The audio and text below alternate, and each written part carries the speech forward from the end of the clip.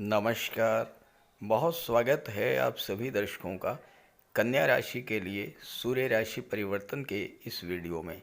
सूर्यदेव का नीच भंग राजयोग 17 अक्टूबर से 16 नवंबर 2024। जी हाँ, 17 अक्टूबर 2024 को ग्रहों के राजाधिराज भगवान भुवन भास्कर सूर्यदेव अपने मित्र बुध की राशि कन्या राशि को छोड़कर अपनी नीच की राशि तुला राशि में गोचर करेंगे और 16 नवंबर 2024 तक तुला राशि में ही रहेंगे। वर्ष में एक माह ऐसा होता है जब सूर्यदेव अपनी नीच की राशि में गोचर करते हैं। जब सूर्य नीच के होते हैं तो व्यक्ति के आत्मविश्वास में कमी आती है। शासन प्रशासन से जुड़े हुए कार्यों में बाधा आने लगती है। जीवन में संघर्ष बढ़ जाता है और जो लोग सरकारी नौकरी में हैं उनके लिए थोड़ा कठिन समय होता है। स्वास्थ्य संबंधी समस्याएं, नेत्र कष्ट, सिर दर्द, माइग्रेन, हार्ट प्रॉब्लम, इन सब से भी पीड़ित होना पड़ता है। गोचर में कभी कभी कुछ ऐसी ग्रह स्थितियां भी बनती हैं जब सूर्य का नीच भंग होता है और ऐसे में नीच भंग राजयोग बनता है जो अत्यंत श्रेष्ठ राजयोग है। और नीच भंग राजयोग बनने पर कोई भी ग्रह उच्च के समान फल देने लगता है। देखिए, जिस ग्रह का गोचर नीच की राशि में हो, अगर उसकी युति किसी शुभ ग्रह से बने या किसी शुभ ग्रह की दृष्टि उस पर पड़ जाए तो नीच भंग हो जाता है। जिस राशि में कोई ग्रह नीच का है उस राशि का स्वामी अगर केंद्र के भाव में गोचर करे तो भी नीच भंग हो जाता है। और जिस राशि में कोई ग्रह नीच का हो रहा है उस राशि में जो ग्रह उच्च का है अगर वो केंद्र में गोचर करे तो भी नीच भंग राजयोग बनता है। 2024 का वर्ष ऐसा ही वर्ष है जिसमें इस तरह का ग्रहों का संयोजन बन रहा है जिसके कारण सूर्यदेव का नीच भंग होगा और नीच भंग राजयोग बनेगा। तो सूर्य के नीच भंग राजयोग का कन्या राशि के जातकों के जीवन पर क्या प्रभाव पड़ेगा, इसी का विश्लेषण करेंगे इस वीडियो में। वीडियो के अंत में मैं आपको ये भी बताऊंगा कि किस तरह से आप सूर्यदेव के नीच भंग राजयोग का ज़्यादा से ज़्यादा लाभ ले सकते हैं। ये विश्लेषण आपकी चंद्र राशि के आधार पर किया जा रहा है। तो ये है कन्या राशि के जातकों की कुंडली। आपके राशि के स्वामी हैं युवराज बुध और बुध का गोचर सूर्य के साथ धन के भाव में है।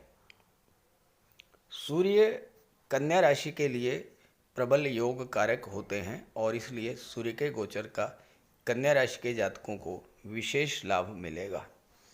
अब देखिए, सूर्य तुला राशि में है, नीच के हो रहे हैं, लेकिन जैसा मैंने बताया बुध के साथ हैं।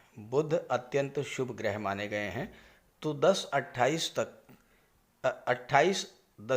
28 अक्टूबर तक सूर्य बुध के साथ रहेंगे तो सूर्य का नीच भंग होगा। दूसरी बात, तुला राशि में सूर्य का नीच भंग हो रहा है और तुला राशि के स्वामी हैं शुक्र। शुक्र 7 नवंबर को चतुर्थ भाव में आ जाएंगे, केंद्र के भाव में। तो 7 नवंबर से फिर से सूर्य का नीच भंग होगा। तो इस तरह से 28 अक्टूबर तक और उसके बाद 7 नवंबर से 16 नवंबर तक सूर्य का नीच भंग राजयोग बनेगा। बीच का जो गोचर काल है 28 अक्टूबर से 7 नवंबर, इस गोचर काल में अगर आप सूर्यदेव के उपाय करते रहेंगे तो कोई विशेष समस्या आपके सामने नहीं आएगी। तो आइए समझते हैं कि सूर्य के नीच भंग राजयोग का कन्या राशि के जातकों के जीवन पर क्या प्रभाव पड़ेगा। सूर्य का गोचर धन के भाव में है बुध के साथ। यहाँ पर सूर्य का नीच भंग राजयोग भी बन रहा है और बुध के साथ बुधादित्य राजयोग भी बन रहा है। बुध आपकी कुंडली में दशम भाव के स्वामी हैं, कैरियर के स्वामी हैं, प्रोफेशन के स्वामी हैं और आपके लग्न के स्वामी हैं। सूर्य जातक को धनवान बना देते हैं, धन संचय की प्रवृत्ति को बढ़ा देते हैं। दूसरे भाव में सूर्य सरकारी नौकरी, गवर्नमेंट प्रोजेक्ट या गवर्नमेंट स्कीम से धन लाभ करा देते हैं।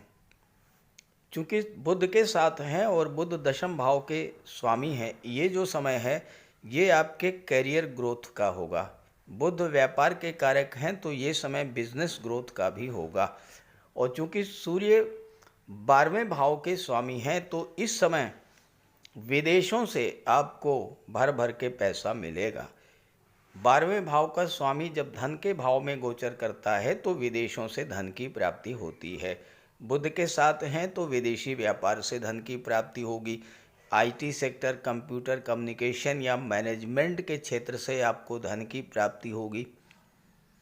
सूर्य बुध के साथ हैं, बुध आपके लग्न के स्वामी हैं तो आपके व्यक्तित्व में भी एक बहुत बड़ा परिवर्तन देखने को मिलेगा। आप अपने आत्मबल, तीव्र बुद्धि और प्रशासनिक क्षमता एवं मैनेजमेंट की क्षमता के बल पर ज़्यादा से ज़्यादा धन अर्जित करेंगे। हालांकि सूर्य के कारण परिवार के लोगों से थोड़ी दूरी बन सकती है। वाणी पर संयम रखेंगे तो वो समस्या भी नहीं आएगी। सूर्य आपका बैंक बैलेंस बढ़ाएंगे। शेयर और गोल्ड में निवेश भी बढ़ेगा। बुध चूँकि शेयर मार्केट के कारक होते हैं, शेयर मार्केट के कारक जब धन के भाव में गोचर करेंगे तो आपको अपने किसी पुराने निवेश से बहुत अच्छा रिटर्न इस समय मिलेगा। शेयर मार्केट में आपने पहले जो पैसा लगाया होगा उससे बहुत अच्छा लाभ इस समय आपको प्राप्त होगा। जो लोग वाणी से रिलेटेड, बुद्धि से रिलेटेड क्षेत्रों में कार्य कर रहे हैं, वकालत का क्षेत्र है, कंसल्टेंसी का क्षेत्र है, शिक्षा का क्षेत्र है, इन सभी क्षेत्रों से जुड़े हुए जातकों को इस समय विशेष लाभ मिलेगा।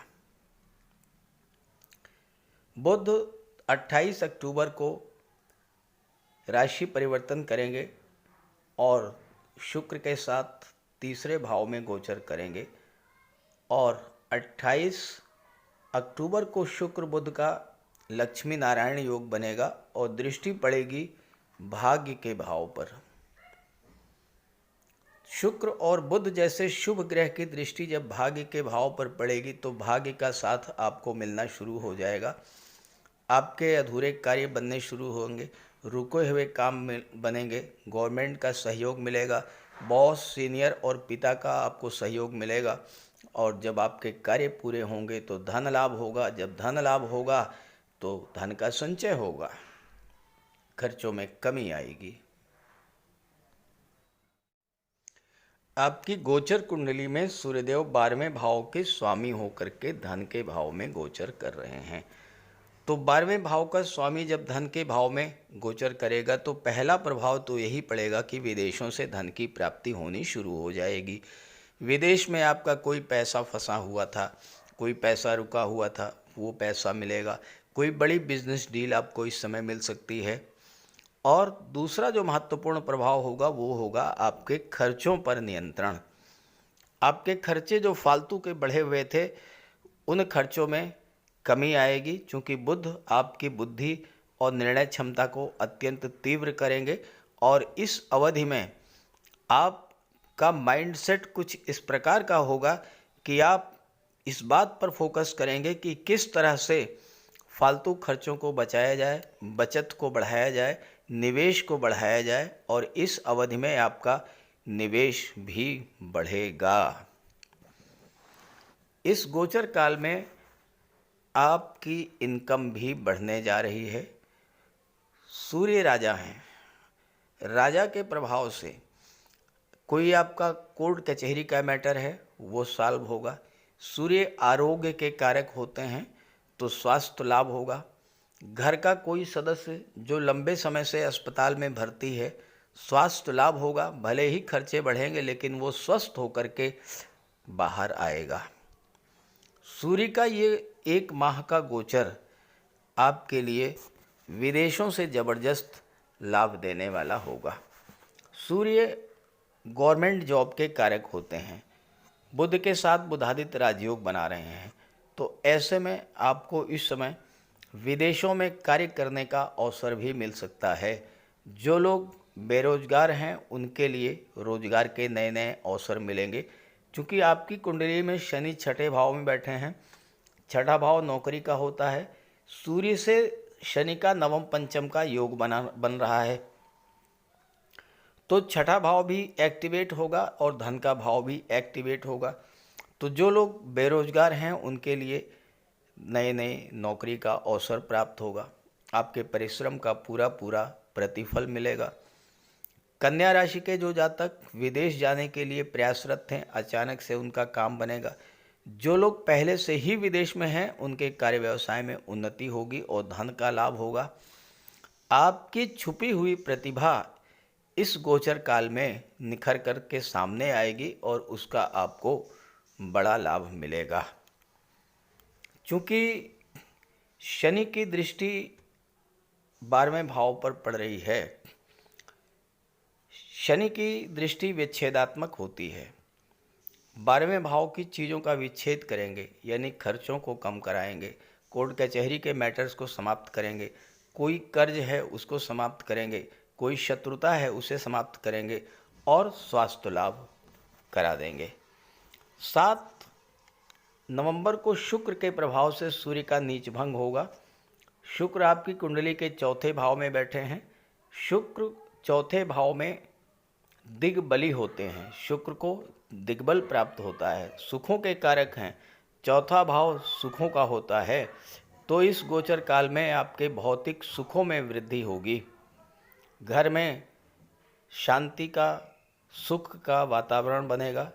किसी सदस्य का किसी तरह का कोई तनाव घर के सदस्यों से था वो समाप्त होगा, क्योंकि शुक्र तो प्रेम के ग्रह हैं। तो चौथे भाव की चीज़ों से आपका प्रेम लगाव बढ़ेगा। शुक्र दाम्पत्य सुखों के कारक होते हैं, तो दाम्पत्य सुखों में वृद्धि होगी। पति पत्नी के बीच किसी बात के लेकर तनाव था, माता के साथ संबंध खराब चल रहे थे, तो इस तरह की स्थितियों में सुधार आएगा और घर में सुख सुविधा के साधन बढ़ेंगे।